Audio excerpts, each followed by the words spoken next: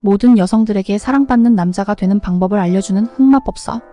여성은 대개 사회와 가정에서의 역할을 강요받는다. 사회는 다소곳하고 교양 있는 여성을 요구하며 평생 한 남자에게 충실할 것을 강요한다. 하지만 결혼 생활과 인간관계에서 로맨스를 즐길 수 있으면 좋으련만 남편은 늘 바쁘다.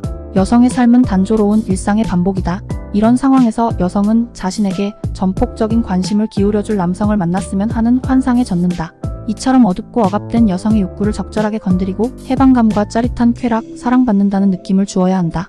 관계를 오래 지속하지 않아도 된다. 단지 그 순간만큼은 상대 여성을 위해서는 무엇이든 할 수 있다는 강렬한 이미지를 심어주어야 하며 또 그렇게 진심으로 행동해야 한다.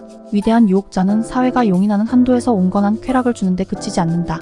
그들은 상대방의 무의식, 곧 해방을 갈망하는 억압된 욕구를 일깨운다. 여성은 결코 온순한 피조물이 아니다. 그것은 사회가 바라는 여성의 모습일 뿐이다. 여성도 남자들처럼 금지된 것, 위험한 것, 심지어는 약간의 악을 흠모하는 경향을 가지고 있다. 유혹자가 되려면 약간은 위험하고 어두운 분위기를 풍겨야 한다. 그래야만 상대 여성이 스릴 넘치는 일이 자신의 삶에 일어나기 시작했으며 그것이 매우 드문 경험이 될 것이라는 인상을 받는다. 다시 말해 그녀 안에 깃들어 있는 타락의 본성을 일깨워줄 수 있어야 한다. 유혹자가 되는데 가장 중요한 자질은 스스로를 해방하는 능력이다. 즉 스스로를 순간의 쾌락에 과감하게 내던질 수 있어야 한다. 그렇게 할 때 여성은 과거와 미래의 모든 것을 잊고 오직 현재의 관능적인 쾌락에 빠져들게 된다. 그런 다음에는 욕망을 주체하지 못하는 모습을 보이는 것이 중요하다. 여성들은 남성의 약한 모습을 보고 싶어한다. 따라서 그녀가 없으면 곧 죽고 말 것이라는 인상을 심어주어야 한다. 그 순간만큼은 진실한 감정이라는 것을 보여주어야 한다.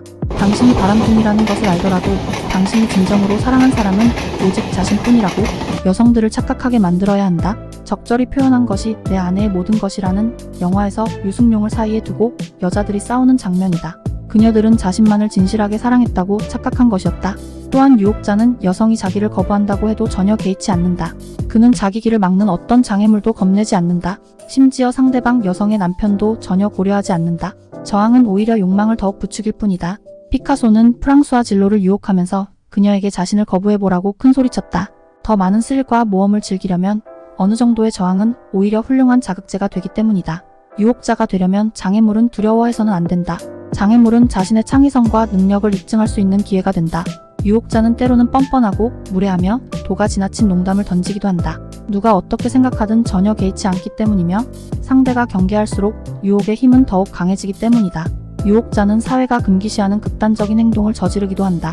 그 때문에 사회는 유혹자를 종종 위험하고 잔인한 존재로 인식한다. 역사상 가장 위대한 시인 가운데 한 명인 바이런 역시 그러했다. 그는 인습에 얽매이기를 싫어했다.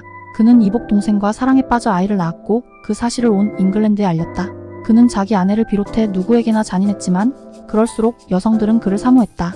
교양 있고 얌전한 여성상을 요구하는 문화 속에 살던 여성들은 사회적인 금기를 깨고 위험한 행동을 일삼는 그의 모습을 보며 마음속에 억압되어 있던 욕망을 풀어놓았던 것이다. 즉, 덕행과 정절이라는 사회규범에서 자유로워지고 싶은 욕망을 채워줄 수 있어야 한다. 여성들은 이런 류의 유혹자들을 바른 길로 인도할 수 있다고 착각한다. 하지만 이것이 오히려 유혹자가 지닌 유혹에 힘을 배가한다.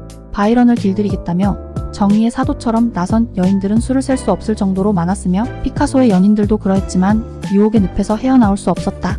유혹자가 되려면 이러한 여성의 심리를 10분 활용해야 한다.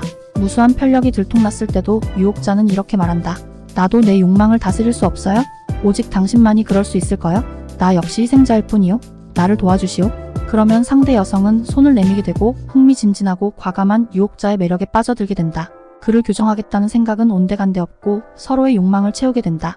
빌 클린턴의 화려한 과거가 들통났을 때 온갖 핑계를 대며 그를 옹호하고 나선 사람들은 다름 아닌 여성들이었다. 이런 류의 유혹자는 자신의 악명을 가능한 한 널리 떨쳐야 한다. 악명을 떨친다고 해서 양심의 가책을 느낄 필요는 없다. 오히려 한층 더 뻔뻔하게 행동해야 한다. 그것이 무기이기 때문이다. 될수록이면 몇 가지 일화를 남겨 무용담을 만들어내고 당신이 쾌락에 대한 주체할 수 없는 욕망을 가졌다는 사실을 알려야 한다. 이것은 약점을 드러내는 것 같지만 주변 사람들에게 흥미를 유발하는 효과가 있다. 그와 동시에 인습을 혐오하는 인상을 줌으로써 약간은 위험한 존재로 부각시키는 것도 중요하다.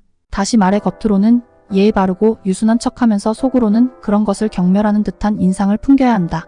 유혹자가 자신의 업적을 널리 공개하는 것은 여성들의 질투심과 경쟁, 심리를 자극해 더 많은 여성들을 공략하기 위함이 가장 큰 이유이다.